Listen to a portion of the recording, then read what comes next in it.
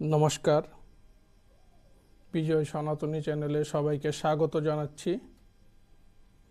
আমি গত পর্বে শ্রীমদ্ ভগবদ্গীতার প্রথম অধ্যায়ের 21তম শ্লোক থেকে 36তম শ্লোক পর্যন্ত অর্থসহ পাঠ করেছিলাম। আজকে প্রথম অধ্যায়ের 37তম শ্লোক থেকে 46তম শ্লোক পর্যন্ত অর্থসহ পাঠ করব। ওং তৎসৎ।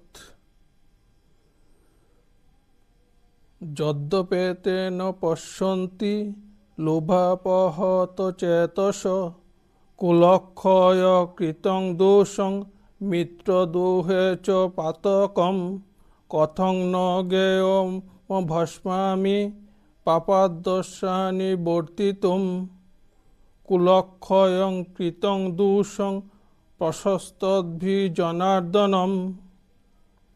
মহাভারতের সমরাঙ্গনে কুরুক্ষেত্রের মাঠে কৌরব এবং পাণ্ডব পক্ষ যখন যুদ্ধের জন্য সামনাসামনি, তখন শ্রীকৃষ্ণ অর্জুনের কথা মতো দুই পক্ষের মধ্যখানে তাদের রথটি স্থাপন করল এবং অর্জুন শ্রীকৃষ্ণকে কিছু প্রশ্ন করতে লাগল। হে জনার্দন, ওরা লোভে অভিভূত, কুলক্ষয়ে বা মিত্রদ্রোহের পাপের কথা ওরা ভাবে না, কিন্তু এই যুদ্ধ কুলক্ষয়ী জেনেও আমরা কেন এতে ক্ষান্ত হব না? কুলক্ষয়ে প্রণশ্যন্তি কুলধর্মা সনাতনা ধর্মে নষ্টে কুলং কৃতস্ম মদস্যহবিবভূত। সনাতন কুলধর্ম কুলক্ষয়ে নষ্ট হয় এবং ধর্ম নষ্ট হলে সমস্ত কুলকে অধর্ম গ্রাস করে।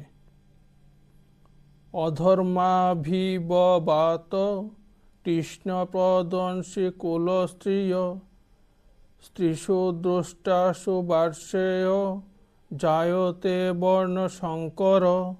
হে কৃষ্ণ, অধর্মে কুলবধূগণ ভ্রষ্টা হয়, আর ভ্রষ্ট নারী থেকে বর্ণসংকরের সৃষ্টি হয়।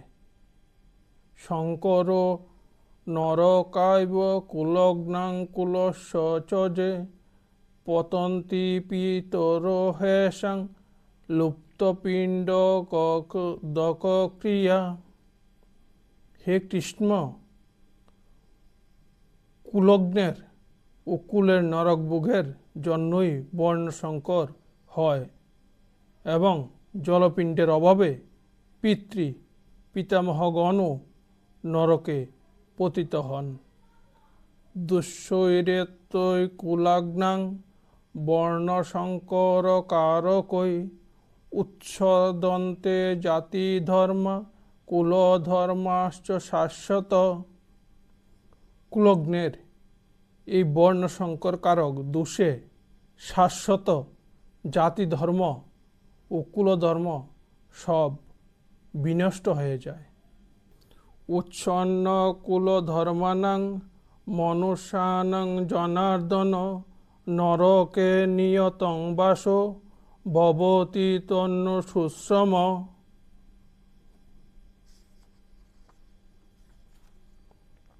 হে কৃষ্ণ, আমরা শুনেছি যে যাদের কুলধর্ম নষ্ট হয় তাদের নিয়ত নরকবাস হয়।